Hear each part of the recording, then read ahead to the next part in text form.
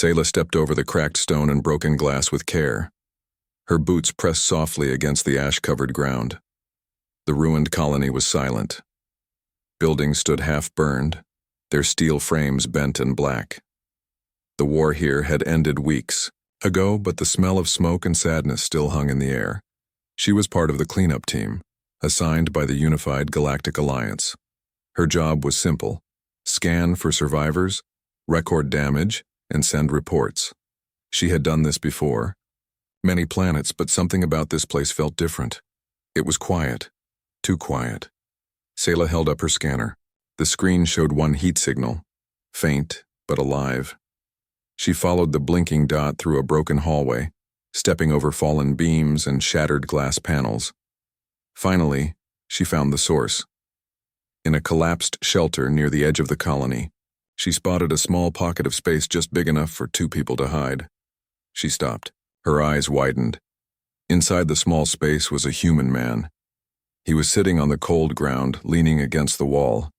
His clothes were torn, face dirty, and one of his arms was wrapped in a rough bandage. But that wasn't what surprised her. Curled, up beside him was a small alien child. Her pale green skin was covered in dust and her eyes were shut in sleep. She looked barely 5 years old. The man opened one eye slowly and looked at Selah. "You're not here to finish us off, are you?" he said, his voice dry but calm. Selah blinked. "I'm not your enemy. I'm with the Alliance. Are you hurt?" The man nodded slightly. "I've seen better days, but she's more important. She needs medical help." Selah scanned them both.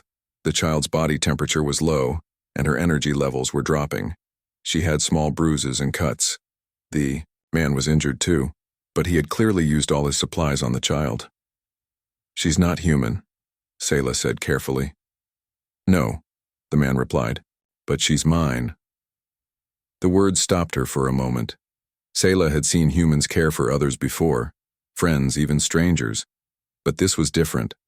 There was something deep in his voice, something she didn't understand. She reached into her pack and offered him a water bottle. He gave it to the child instead, waking her gently. The little girl rubbed her eyes and looked up. When she saw Selah, she shrank back, afraid. But the man placed a hand on her back and whispered, "It's okay. She's here to help." The girl looked at Selah again. Her lips trembled. Then softly she said something that made Selah freeze. "Dad." "Who is she?" Selah's heart skipped. The girl had called him Dad. Selah looked at the man. He didn't deny it. He only nodded, brushing the child's messy hair behind her ear. "She lost everything," he said. "Her family, her home. I found her alone weeks ago. I couldn't leave her." "You chose to stay with her?" Selah asked. He shrugged. "Someone had to." Selah stared at them. This wasn't in any report. This wasn't in any rulebook. A human soldier choosing to protect an alien child, treating her as his own. It didn't make sense. It wasn't logical. It wasn't normal. But it was real. The child crawled into the man's lap and held onto him tightly. Selah could see it clearly now. The bond between them was deep. Strong. Not made by blood, but by love. "What's your name?" Selah asked him. "Josh," he replied. "And this little one calls herself Leary." Selah nodded. "We need to get both of you out of here. I have a shuttle nearby." Josh stood slowly, holding Leary close with his good arm. Selah helped support him as they walked back through the ruins. The journey was quiet. Leary never left Josh's side. Even when Selah tried to carry her to make the walk easier, the child refused. She only reached for Josh. Selah noticed it again and again. How Josh looked at her, how he spoke softly to her, how he stayed strong even while clearly in pain. By the time they reached the shuttle, something had shifted inside Selah. She had seen war. She had seen survivors. She had seen many parents and many soldiers, but she had never seen love like this. The shuttle lifted off slowly, dust swirling outside the window. Selah sat across from Josh and the child, Leary, her thoughts heavy and strange. She had helped many survivors before, but none had made her feel this curious. This human, Josh, had broken every rule her people believed in, and yet he didn't look like a rebel. He looked like a tired man holding his world close in his arms. Leary had fallen asleep again, her head resting on Josh's chest. Her tiny fingers were curled into his shirt. Sayla watched, silent. "She trusts you completely," Sayla finally said. Josh nodded. "She's been through a lot. I just try to keep her safe." Sayla leaned forward. "But why? You're not related. To her. Not the same kind. Most humans wouldn't stay for someone like her, especially not during a war." Josh looked at her with calm eyes. "I didn't plan it. I found her crying next to a burned shelter. Her family was gone. She was cold. She was hungry. I wrapped her in my coat and promised I wouldn't leave. And I didn't." Sayla stared. "That's not logical." Josh gave a tired smile. "Maybe not. But it was the right thing to do." Sayla sat back, her mind spinning. Her species taught structure, control, and reason. Emotion was respected but not followed blindly. Yet here was a man who had followed his heart across broken lands and burning cities, all for a child not even his own. When the shuttle landed at the refugee center, the med team was waiting. They rushed forward with stretchers and scanners. One medic tried to take Leary gently from Josh's arms, but the child woke with a sharp cry. "No! Don't take me from Dad!" Her voice was loud, full of fear. She clung to Josh's shirt and cried into his chest. Josh winced from the pain but held her tightly. "She's scared," Josh told the medics. "Let me come with her." The medics looked unsure. Sayla stepped in. "They stay together," she said firmly.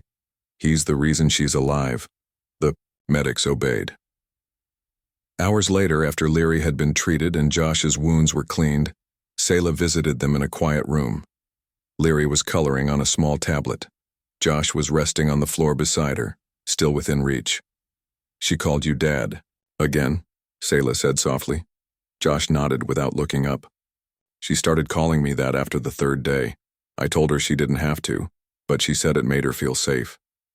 Sayla sat on the edge of a nearby bench. "And how did you feel when she said it?" He paused, thinking. "I felt honored and scared. I've never been a father, but I knew I had to try. She needed someone."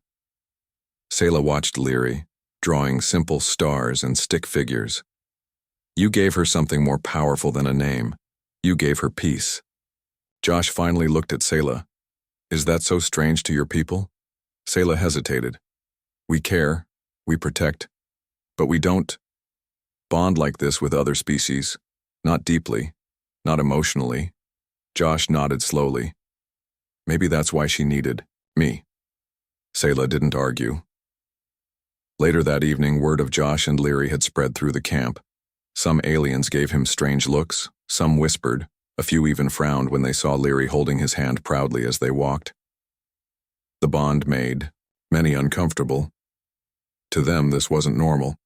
One officer even asked Sayla, "Are you sure the human isn't using the child for sympathy?" Sayla replied sharply. He could have left her to die.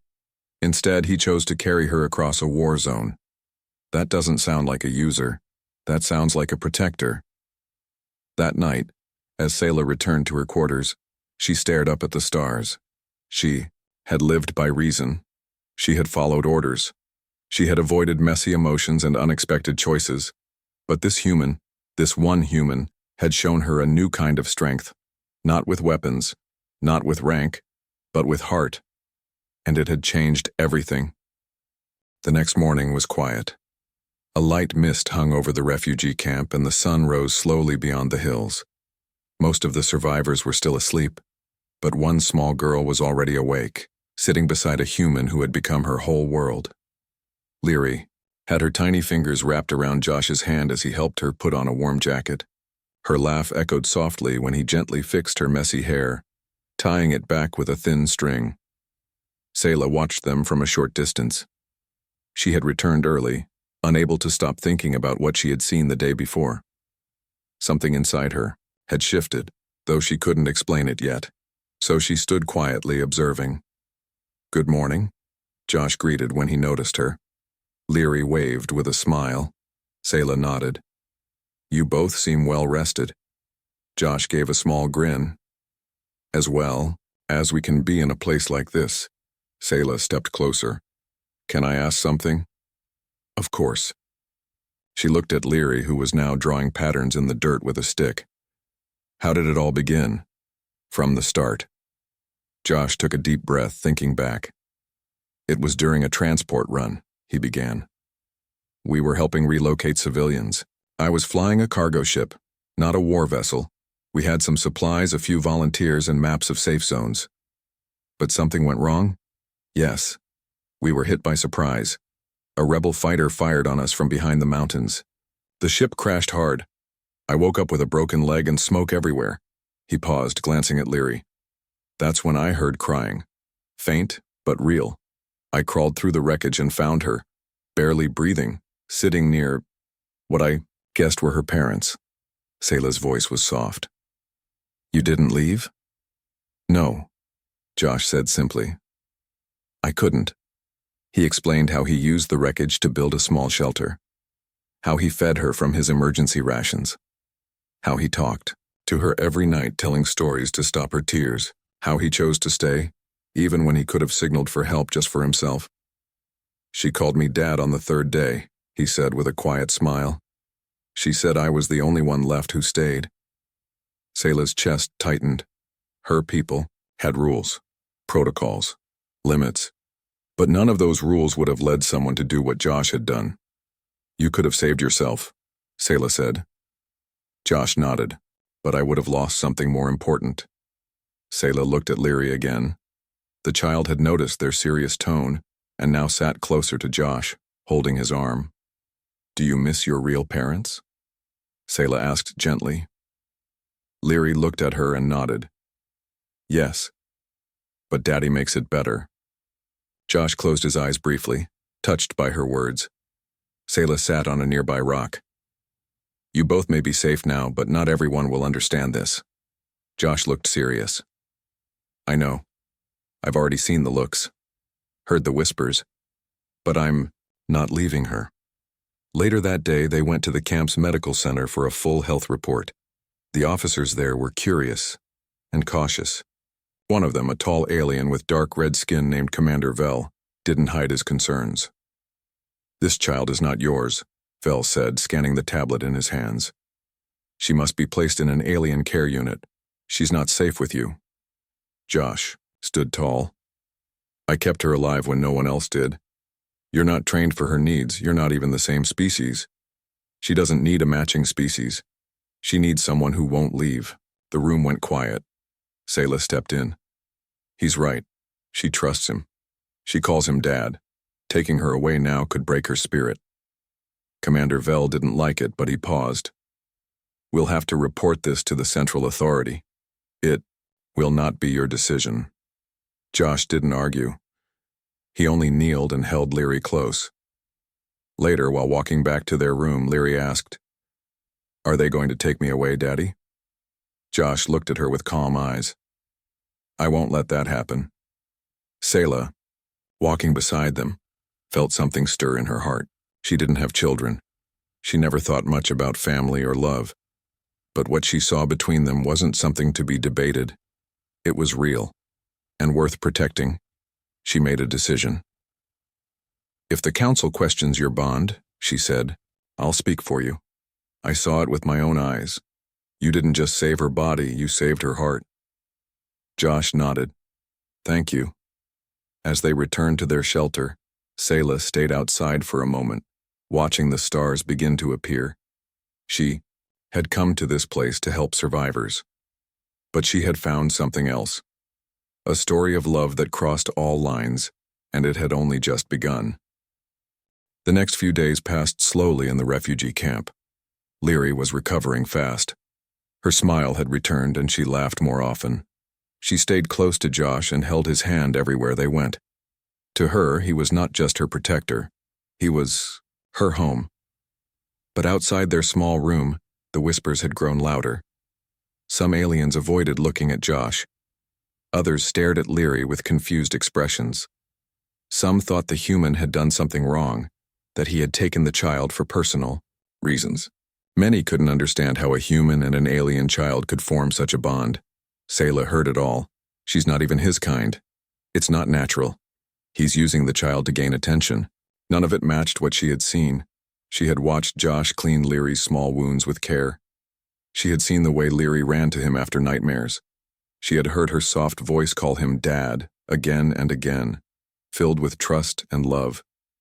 Still, the camp wasn't ready to accept this. The council had sent a message. A decision would be made soon about the child's future. Sayla knew what that meant. They wanted to take Leary away from Josh.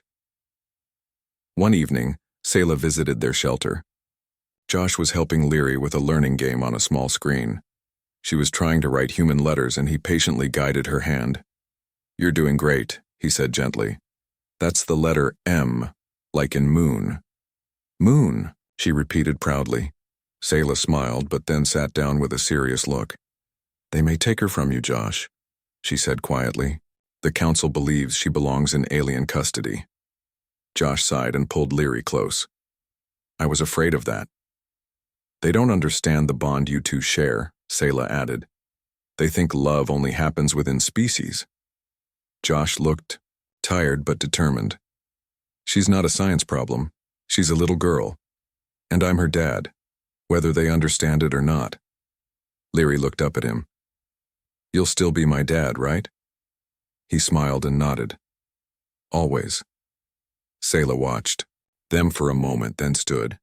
"I won't let them take her without a fight. I'll speak to the council tomorrow." Josh looked surprised. "Why would you do that?" "Because I believe in what I've seen," she answered, "and I believe in you." The next day, the council gathered in the large meeting hall near the center of the camp. Many high-ranking officers and leaders from different planets were present. Commander Vell stood near the center, ready to speak. Josh and Leary waited outside with Sayla. "Stay close to her," Josh whispered to Leary. "I'll be right back." Inside the hall, voices rose as the topic began. Some members supported the idea of moving Leary to a secure alien care center. Others weren't sure, and a few were strongly against Josh keeping the child. Sayla stepped forward to speak. "I have witnessed something powerful," she began. "This man, Josh, found Leary when no one else did.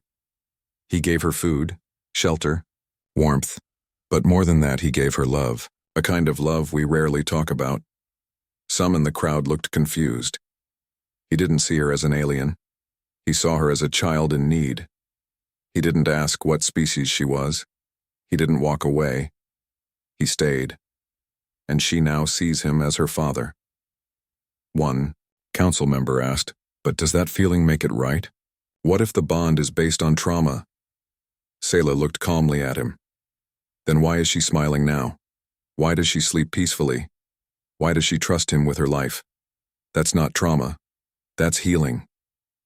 Another voice in the room asked, "Do you suggest we let any human adopt any alien child now?" "No," Sayla answered. "I suggest we don't take a child away from the only real parent she has ever known, just because we're uncomfortable with it." The hall went silent. Commander Vell stepped forward. "We'll review this testimony. A decision will be made within 2 days." Sayla bowed and walked out of the hall.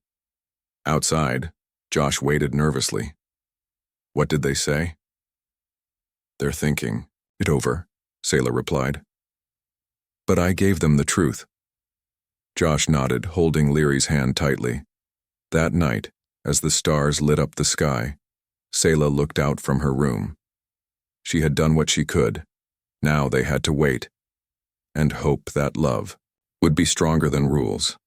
The next 2 days were the hardest for Josh and Leary. They stayed inside the shelter most of the time, not because they were told to, but because the air outside felt full of doubt. Many people stared when they walked by. Some whispered. A few even turned away. Josh tried to keep things normal for Leary. He played with her, told her stories, and made her laugh. But even a child could feel when something wasn't right. Leary began asking the same question over and over. "Are they going to take me away, Daddy?" Josh always gave the same answer. Not if I can help it. Sayla came by often. She brought books, fruit, and sometimes just sat with them. Her presence helped calm the tension, but deep inside she was worried too. The council had been quiet, no messages, no hints, just silence. Then, on the morning of the third day, a message arrived. Sayla read it first. She stood outside their shelter, holding the tablet tightly. Her hands trembled slightly, not from fear, but from the weight of what she might have to say. Josh stepped out, holding Leary's hand. He saw Sayla's serious face. Did they decide? He asked. Sayla nodded. Yes, they want to meet you both in the council chamber. Leary looked up at Josh, eyes wide. He squeezed her hand gently. It's okay, we're going together. The chamber was full again. Council members from many planets sat behind curved desks, eyes fixed on the small group walking in. Josh stood straight. He held Leary close, his hand on her shoulder. The head of the council, a calm-speaking elder alien, began the session. Have reviewed the reports, the testimonies, and the bond witnessed between the human and the child. A pause. We do not question the care given. We do not question the kindness shown. But rules are made to protect, and this situation is rare. Sayla stepped forward. Rare does not mean wrong. Another member spoke. We understand that emotions are strong, but what happens if the human is called back to duty? What if he dies? Who protects the child? Then, Josh answered firmly. The same thing could happen to any parent, alien or human. I'm not perfect, but I've never broken a promise to her. Leary looked up at the council. He's my dad, she said clearly. I don't want to live without him. The chamber fell quiet. The elder leaned back. Love is not something we can measure, but we can witness it, and what we've seen has changed many minds. Another pause. Hearts beat faster. Then he spoke again.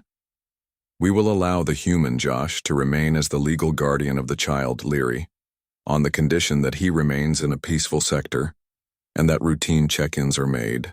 Josh felt the words land like warm sunlight. He looked down at Leary, who smiled with joy and hugged him tightly. Thank you, he said softly. The elder nodded. This decision is not just about one child. It opens a door. A small one, perhaps, but still, a door. After the meeting, Josh, Sayla, and Leary walked out into the bright afternoon light. The air felt different now, less heavy, less judging. Other aliens began to look at them with softer expressions. One even stopped to say, I didn't understand before, but now, I think I do. Sayla smiled. You did something bigger than protect a child. You showed everyone that love doesn't care about species or skin. It only cares about the heart. Josh nodded. I didn't do it to prove anything. I did it because she needed me. That evening, a small celebration was held in a quiet part of the camp. Some survivors brought food, others sang. Leary danced, laughing and twirling, her joy bright like a spark in the dark. Sayla watched them from a distance. A few children pulled her into the circle, and for the first time in many years she laughed freely. Later, as the stars appeared, Leary fell asleep on Josh's lap. Sayla sat beside him. You changed something today. Josh looked at the sleeping child. She changed me first. Sayla nodded. I used to think family was only blood, but now I see family is love. It's who shows up, who stays, who cares. Josh smiled. Then she and I are family, no matter what anyone says. Sayla looked up at the stars.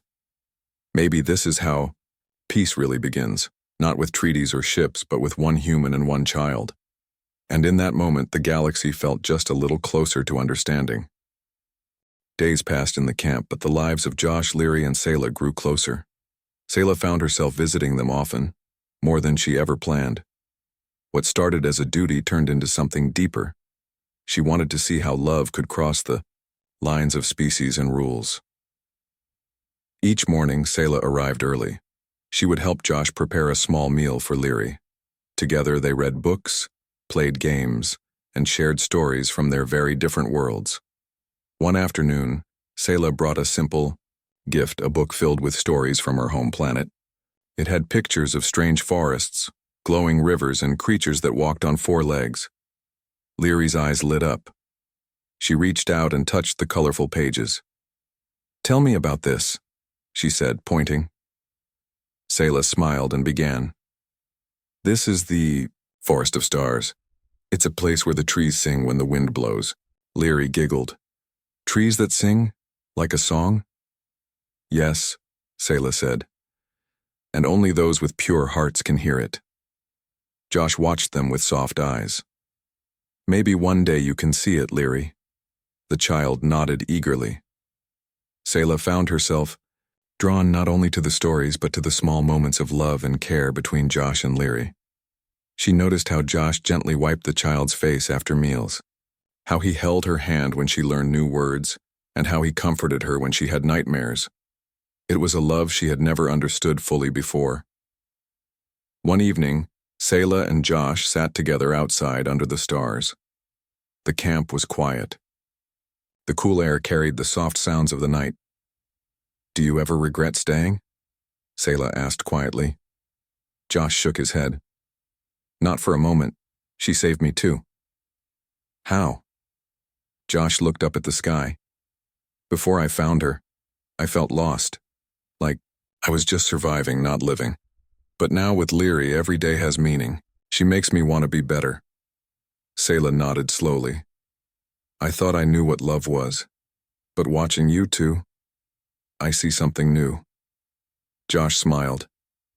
"Love isn't just for one species or one way. It's bigger." Selah was silent for a moment.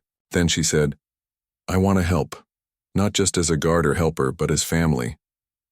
Josh looked surprised. "Family?" "Yes," Selah said with a soft laugh. "If you will have me." Leary, who had been playing nearby, suddenly ran up and threw her arms around Selah's legs. "Aunt Selah." Josh laughed warmly. Selah felt her heart swell. This strange family, human, alien, and child, had found each other.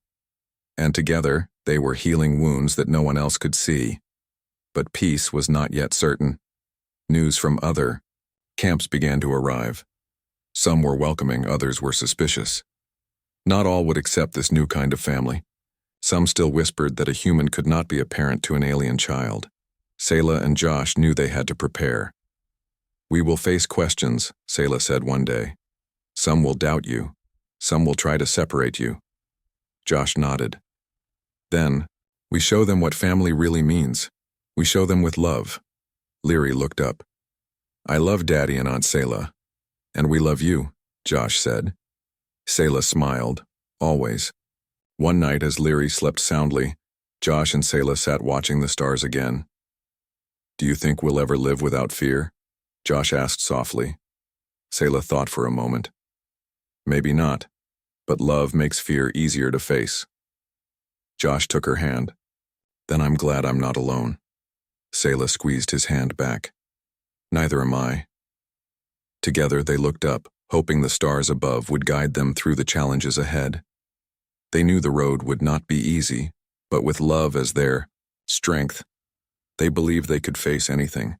The day had finally come. The council gathered once more in the large hall, this time to finalize their decision about Josh and Leary. Selah, Josh, and Leary entered quietly, feeling the weight of many eyes upon them. The room was filled with leaders, from many planets, their faces serious. Some curious, others doubtful. Josh held Leary's hand tightly. She looked up at him with trust shining in her eyes. Selah stood beside them, ready to speak if needed. The council leader, an elder with silver skin and calm eyes, began to speak. "We have listened carefully to all sides. We have seen the bond between Josh and Leary. We understand the care and love given." He paused, letting the words sink in. "This is a new kind of family, one that challenges tradition and our old ways of thinking." There was silence. "But the universe is changing. We must change with it." He looked directly at Josh. "You have proven your commitment. You have protected this child when no one else could.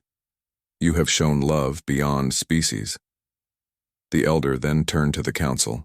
We will recognize Josh as the legal guardian of Leary. The child will remain with him. A soft murmur filled the room. Some smiled, others nodded slowly. Josh felt a rush of relief and joy. He knelt down and hugged Leary close. I won't let you down, he whispered. Leary smiled and whispered back, I knew you wouldn't. Selah stepped forward. This decision is more than just one family's future. It opens the door for many others. It shows that love is the strongest bond. The council leader nodded.